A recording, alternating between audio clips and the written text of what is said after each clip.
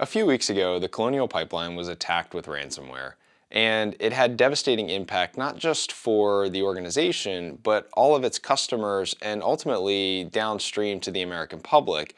We saw widespread gas shortages and panic buying.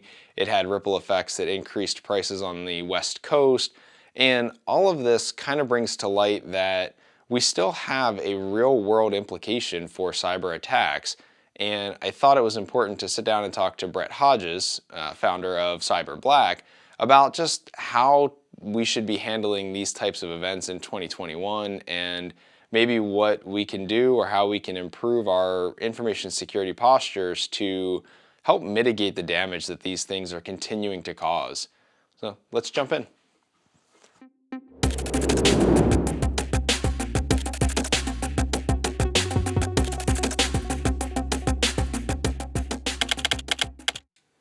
Hey, Brett, how's it going? Thanks for taking a few minutes. I really appreciate it. Of course, Matt. Thanks.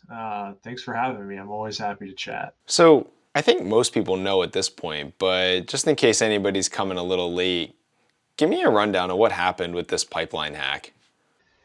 And so throughout the investigation, the FBI did confirm that DarkSide ransomware was responsible for the compromise of Colonial networks. And if you look into who DarkSide is, they're actually a collective um, of hackers, if you will, that has created a ransomware as a service type business model where they bring on different partners or affiliates who want to use their ransomware and their compromises and technologies, and take a cut of any ransomware that's paid out. So if a attacker wants to use the dark side's ransomware, they actually have to go through an interview process and be approved by the dark side group uh, to use their tools. And once they get approved and can use the tools, part of the agreement with the ransomware as a service is that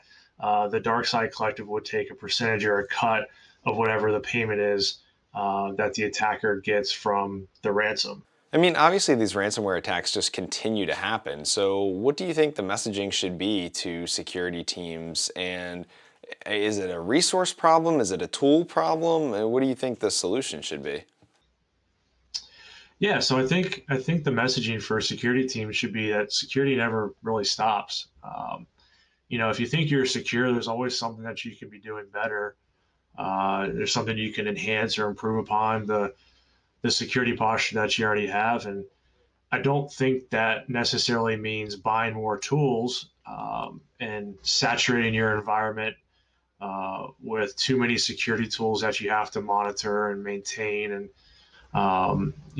to manage in that front. But I think if you think what you want to do is really look at the threat landscape and monitor that, really understand what the criminals, what the hackers are doing, and how they're doing it. So understanding their tactics. I think another thing is to continue education of employees. Employees are always going to be the weakest link, and I think it's important to communicate as we become more connected. We discussed about the work from home environment now during the pandemic. I think it's even more important that the user, the employee, needs to understand that they play a huge part in just the overall security of an organization. And so, identifying phishing emails, what devices are you using to connect into the network? Are you, using your work laptop to, get to casino sites or sports betting or stuff that may be a little more suspicious or malicious in nature? Are you doing those things, on the corporate network or not? So I think it's important for security teams to continue education to the users to really do their part.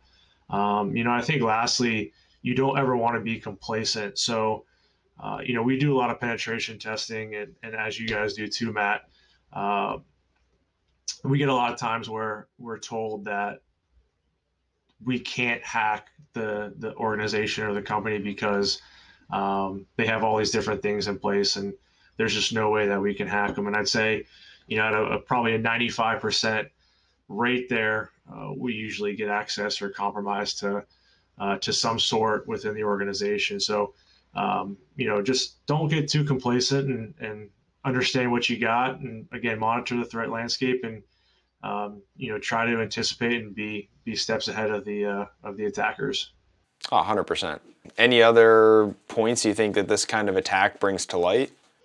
I think another point that I like to bring up, just learning more about this attack, is the social commentary on if you should pay the ransom or not. And the more that I've read for this latest attack, I've been hearing experts or the mainstream media bringing in these experts saying how Colonial should not have paid the ransom and they did the wrong thing. And I've seen this in many different locations, and I'm not entirely sure that's good advice. I think in the security community, there's there's kind of an argument on if you should pay a ransom or not, and what does that mean? And I think there's good points for both sides, but I think at the end it comes down to, kind of in a funny way, trust between attacker and victim.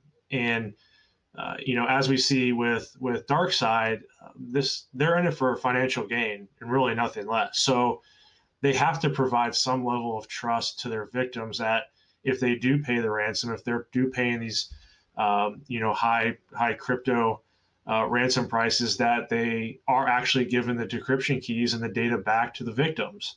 I think if they gain a reputation where these companies are spending money to pay off the ransom and not get back their data, then nobody will.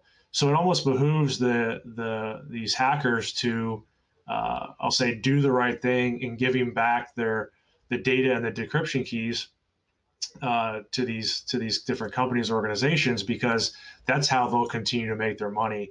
And if they gain that reputation again, that they actually will give you back your data, then that increases the chances of them getting paid. Now, there's the other argument that just because we pay them doesn't guarantee that they'll give us back the data, or if they do give back the data or the decryption keys, have they made copies, on the hacker side to use later for additional attacks? And I don't think anybody knows that answer. I think that's a very valid question to ask when it comes to this, and I think it's a decent argument against not paying. But I think it goes from a case by case basis. And if you have an organization that has really good backup strategy and a ransomware brings down operations, but you're able to essentially wipe that data and bring online a secondary backup, then maybe you don't pay. But then you risk your data being leaked to other organizations or publicly on the internet,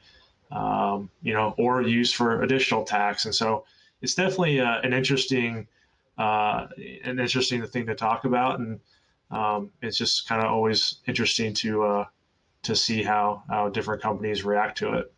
Yeah, definitely. Hey, Brett, I really appreciate your time. Thanks for swinging by, man. Of course, always great catching up with you guys. All right, talk to you later. Have a good one.